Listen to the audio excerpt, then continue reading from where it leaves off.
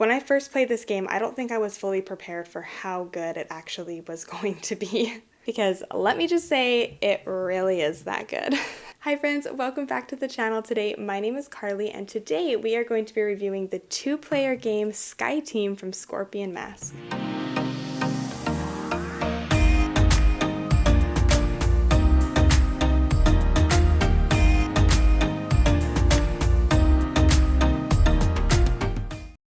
Sky Teams is a two-player cooperative game which players will be working together trying to land a commercial jet. You'll be working together, rolling your dice, and placing them on certain areas that allow you to communicate with a control tower to help clear planes. There are places for you to place your dice on that will help manage your wing flaps or lower your landing gear. You'll be doing all this in the hopes that you successfully land your jet at the airport. Now, before I share my thoughts on this game, I'm actually going to be giving you a really quick overview of how the game plays, and then we'll jump back here and I'll share my thoughts on Sky Team. Alright, so welcome to a game of Sky Teams. So Sky Teams is a two-player cooperative game where both players will be trying their best to work together and successfully land this plane. For this current setup of the game comes with a bunch of different modules and different scenarios that you can use throughout the game, but for this example we are just going to be doing the very first kind of basic scenario, just kind of briefly explaining how to play this game. So the game is played over 7 rounds, which is kept track of on this altitude chart right here. And every round consists of these 3 phases. So in the first phase of the game, players are able to openly discuss amongst each other what they hope to accomplish during this round. For example, if there are a lot of planes that are coming that they, kind of need to try to figure out who can tackle those best, or if your plane is slightly tilted, just try to figure out ways to focus and try to work together as a team during this kind of first little bit of the round.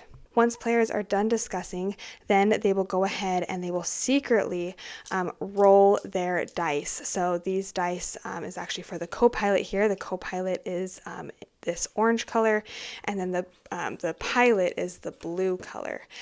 So once they're done discussing and they decide they want to get started, they will take their dice and secretly roll their dice behind their screen so the other player cannot see. The moment that the dice are rolled, that is when communication is officially stopped in this game, and you are no longer allowed to communicate amongst each other. So just to kind of help explain this game, I'm actually going to be bringing the camera down a little bit just to kind of help kind of visually show you kind of what you're going to be seeing. So for this kind of quick example, we're going to be playing as the co-pilot here. Now, if it isn't obvious enough already, the board does a really good job of showing exactly where the pilot's dice are allowed to go and then the co-pilot's dice are allowed to go. So the pilot is in charge of all of these blue ones, the co-pilot of all of the orange ones, and then down here in the bottom, these are spots that either the pilot or the co-pilot can place dice. So I mentioned before that once the dice are rolled, communication stops, and then this is when we go to the dice placement phase of the round. So during dice placement, players will take turns placing their dice onto certain locations on the board. Up here, whatever arrow is showing on the current altitude that you're at shows what player actually gets to place their dice first.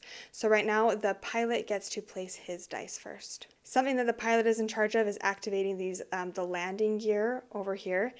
So the pilot rolled a 1, so he's going to decide to place that one here, which then activates that switch. Now once that occurs, this little blue marker here along the engines actually advances. We'll kind of talk about this later, but this just kind of helps you in regards to your speed. So now it's going to be the co-pilot's turn. The co-pilot is going to choose to activate some of the wing flaps here. So they rolled a 2, so they're going to go ahead and place that 2 there, flipping that switch. And then just like how the pilot gets to move a blue marker, the co-pilot gets to advance that little orange marker there. Now for every round you only get 4 dice that you kind of have to figure out what to use those dice with.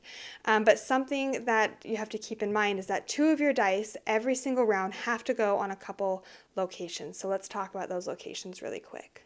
So the 2 actions that are mandatory every single round is this axis right here at the top of the board and your engines. So it's the pilot's turn. So the pilot is going to go ahead and choose to place this dice right here on the axis. It's now going to be the co-pilot's turn. And the co-pilot, you kind of want to try to match those numbers as well as you can or as best as you can, because whatever the difference is, your airplane is going to tilt.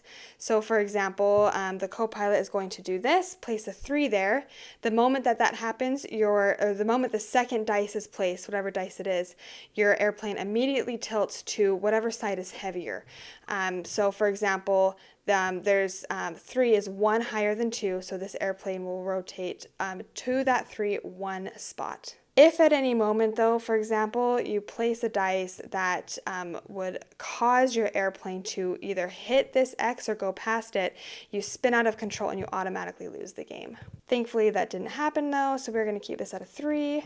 So our airplane is just slightly tilted, not too bad. The other spot that is mandatory are these engines here. So it's going back to the pilot's turn. So the pilot is going to go ahead and place a 6 on that spot. Now the co-pilot is looking down at their dice and thinking, okay, let's figure out what we should do here, because what you want to do is this has everything to do with your speed and how fast you are approaching the airport. And so if you land, let's pretend both of these numbers added up are less than 5. Because the current marker is on 5. If it's less than 5, then you do not advance along this track at all. If the number between these two dice are in between 5 and 9, then you advance 1 towards that airport.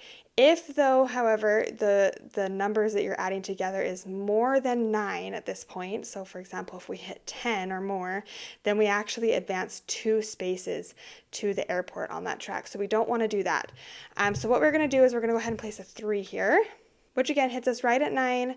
And so once the second dice is placed, you automatically add those numbers together and then advance the appropriate number of spaces. So we advance 1 space by doing that. The pilot now has 1 more dice left, so they're actually going to choose to place their dice down here. This is the coffee track, so you can place any number of dice down there and it gives you 1 coffee, which at a future turn or even in the turn you collected on, you're able to you drink that coffee to increase or decrease the value of one of the dice you've rolled by 1, so that can be really helpful. And so the co-pilot now is looking at this last remaining dice that they have, and they are going to choose to help clear the air a little bit.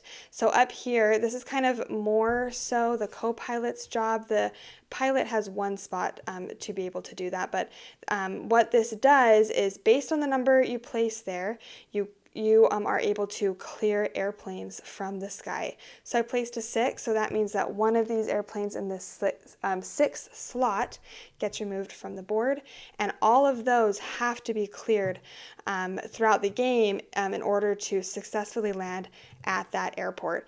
If at any point you do advance and there is, and wherever you were supposed to advance there was an airplane, you automatically crash and you lose the game. Once all the dice have been placed, though, that indicates the end of the round, which allows you this altitude track to move down.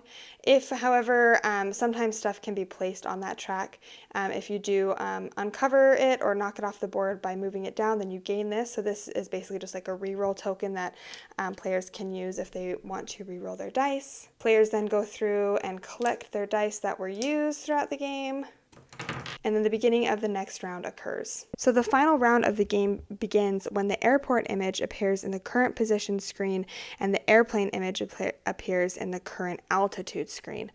So if both of those happen, that's what triggers the end of the game and the final round. In order to successfully land your plane, you have to make sure that all of your switches have been flipped throughout the game. And then obviously the pilot has to do a couple extra ones down here. These are in regards to brakes. So every time that one of these gets flipped, this brake marker advances. And when it comes to speed in your final round, you want to make sure that your speed is less than your brakes. If it happens to be more, then you overshoot the runway, and again, you immediately fail. So if you come into the final round and all of your switches have been flipped and you're able to get your plane completely level, you're able to get your engine speed low because again, you're coming down and you want to brake. If you're able to do all of that successfully, then you have successfully landed the plane and you win. Again, this is a very general overview, but this game does come with a couple different manuals. So this first one is the one that you open up when you first play the game, but then once you successfully land, then you get this little flight log here, which gives you all of the different scenarios that you can play with. Like there's this kerosene one, there's a ice brake one that actually replaces the current brakes. There is like this intern one, so there's lots of different modules to play with this game, but this is just kind of like a general overview of how the first kind of most basic one is played out. And that is how you play SkyTeam. So I know that this game is a super, super hot game right now. And normally when a game has like a bunch of buzz and a bunch of hype, obviously I get super excited about it, but I also kind of get a little bit hesitant because I'm like, oh, like, is it really gonna be that good? Is that not? So I was actually debating purchasing this game for a handful of weeks. I added it to my cart and then took it out so many different times.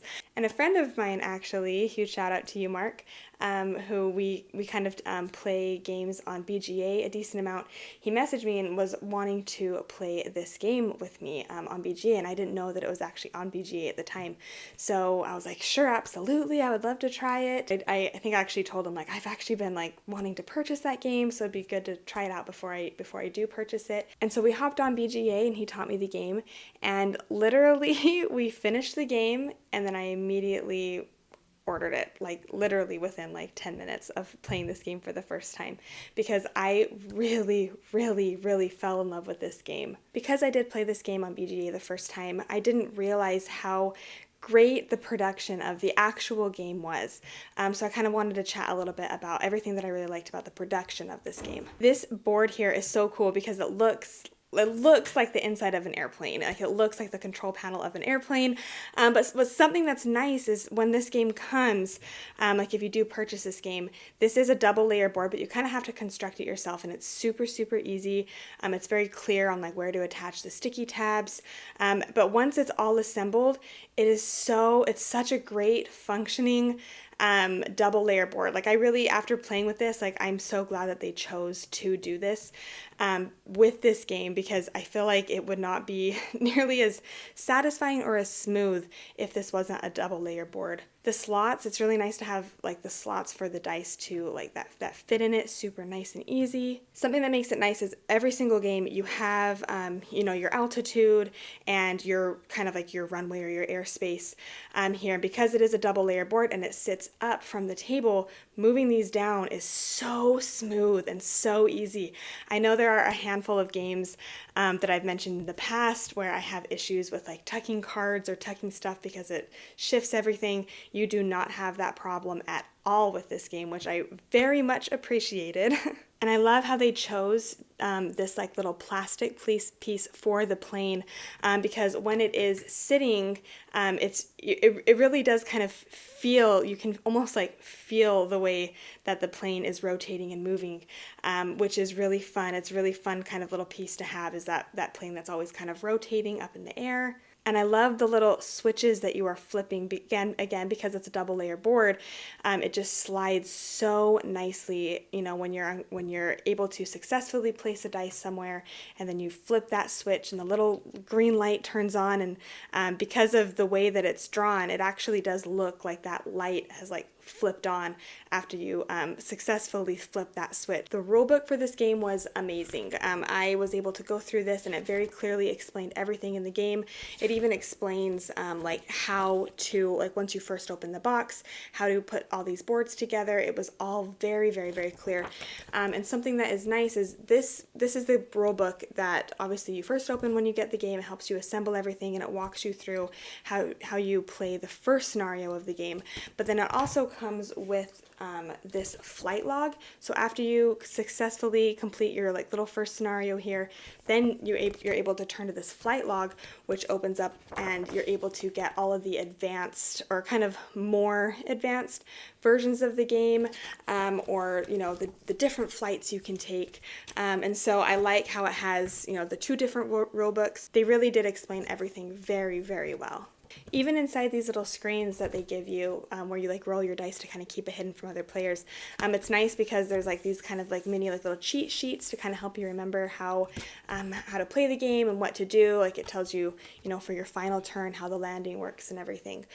So I felt like everything in regards to production was really well thought out and put together really well. So kind of coming back to the flight log here, I really loved how many different scenarios there were to play this game and different ways to mix it up. So the first time you play, just kind of like the most basic, just kind of simple way to play the game.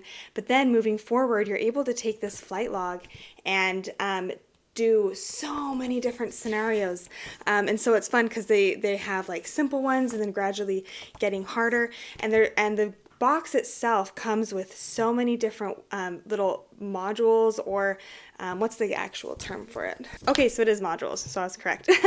But it comes with so many different modules and ways to play. So my personal favorite one to play with is this like kerosene one. So not only are you kind of managing, you know, your speed, the flaps of the wings, the landing gear, but you're also having to manage your gas. And you're trying, if you ever run out of gas before you land at the airport, then again, that's another losing condition. So you automatically lose the game. So you always have to kind of be aware of your gas level, which makes it really fun because you have limited dice, and you know that 2 of those dice are always going to be going towards your tilt and then also your engines.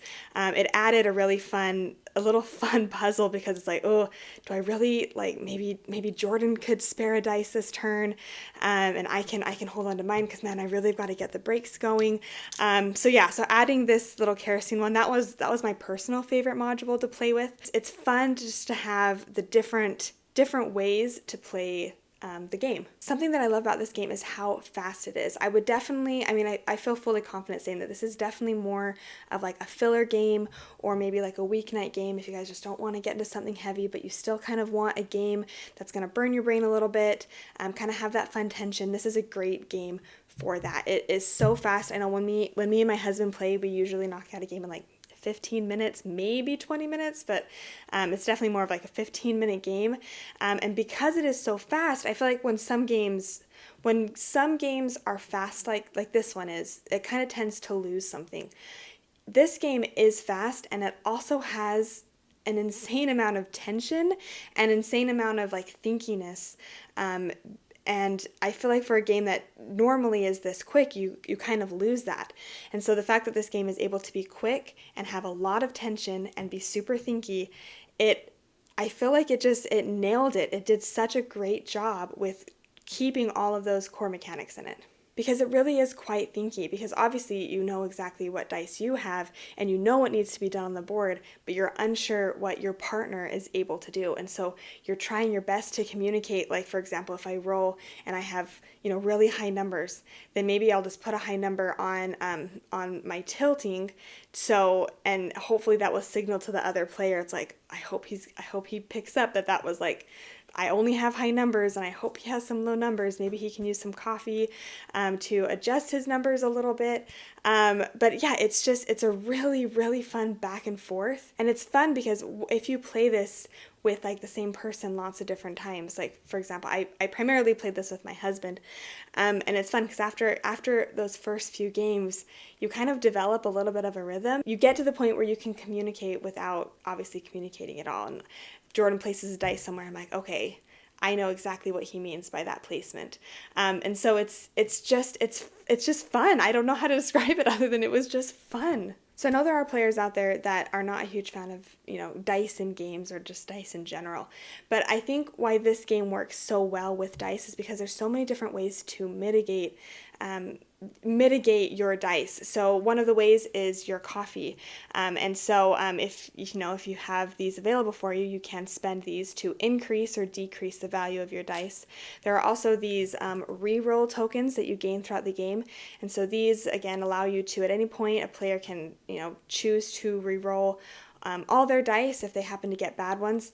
And there's also little cards. They're like little special ability cards, and some of those special ability cards allow, re-rolls, once per game, or you can or once per turn, you can re-roll one of your dice before the round starts, certain stuff like that. So there are definitely ways to mitigate that dice, and I never once felt, like while I was playing this game, I never once felt like, oh, there's like nothing I can do. I've never once felt that in any of my games of this, because there's always been one of those abilities to mitigate.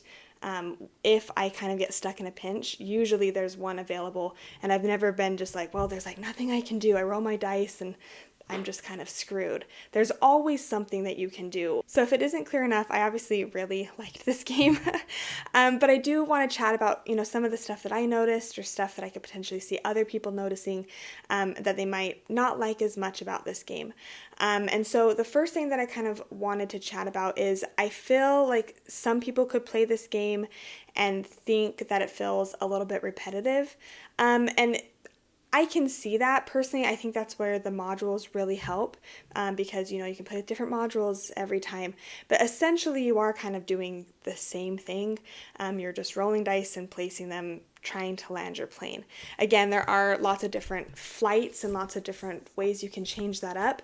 But I could potentially see people, this definitely isn't a game that you would take out and like, this is the game for game night. This is the game that, like every handful of weeks or so, if you have, like a filler, if you kind of need a filler game, or, if you're just, like I said, just kind of tapped out, don't want to break into a big game, this is one that you would break out. So I think if you go into this game with that mindset of it just kind of being like a fun co-op filler game, it definitely succeeds in that. So something potentially that I could see is people thinking that the game, sometimes it can feel kind of limiting, because you know what you need to do, and you only have 4 dice, and you know that 2 of those dice every single round, one of them is going to your tilting, and then the other one is going to your engines. And so because of that, you really only have 2 other dice that you are using, and you have so much that you kind of need to get done. And so for me, that is like action management, and I really like that. But I did play with somebody, and that was something that they brought up, is they were like, I feel like I can't really do everything that I want to on a single turn. But for me, that again, it's managing your actions efficiently, and that kind of puzzle. But I thought I would mention that specifically because somebody that I played with did mention that. And so yeah, I thought that would be something that's kind of worth sharing, something to think about. Truthfully though, I really don't have many bad things or many negative things to say about this game, because I genuinely just enjoyed my experience with this game. I think this is a great game, especially a game for couples. Like, I was actually surprised at how much my husband enjoyed this game too. And so I think this is a really, really great game, and I think it sets out and accomplishes exactly what it says to, a cooperative 2-player game. The limited communication works tremendously well. The tension is there. Really, I don't know. I really just love this game. So when it comes to rating, I'm coming in really high at this game. I'm actually going to be giving this game a 9 out of 10. This game really just worked for me. It worked for me and my husband and everybody that I've played it with. They've really just walked away really, truly enjoying their play with this game. And for me personally, I don't really have a game that fits kind of this niche in my collection, so I think this fills a really good spot in it, and I can definitely see this one sticking around for a very long time. Alright, so those were my thoughts on Sky Team from Scorpion Mask Games. If you have personally played this game, please let me know what your own thoughts and opinions are of it in the comments below.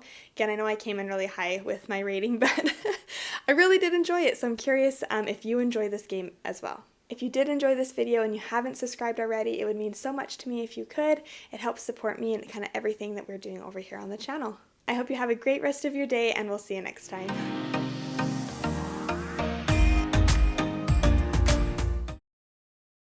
So it might not be the best part of parenting, but it's definitely an added bonus when you are a parent and you get to raid your kids' Halloween candy.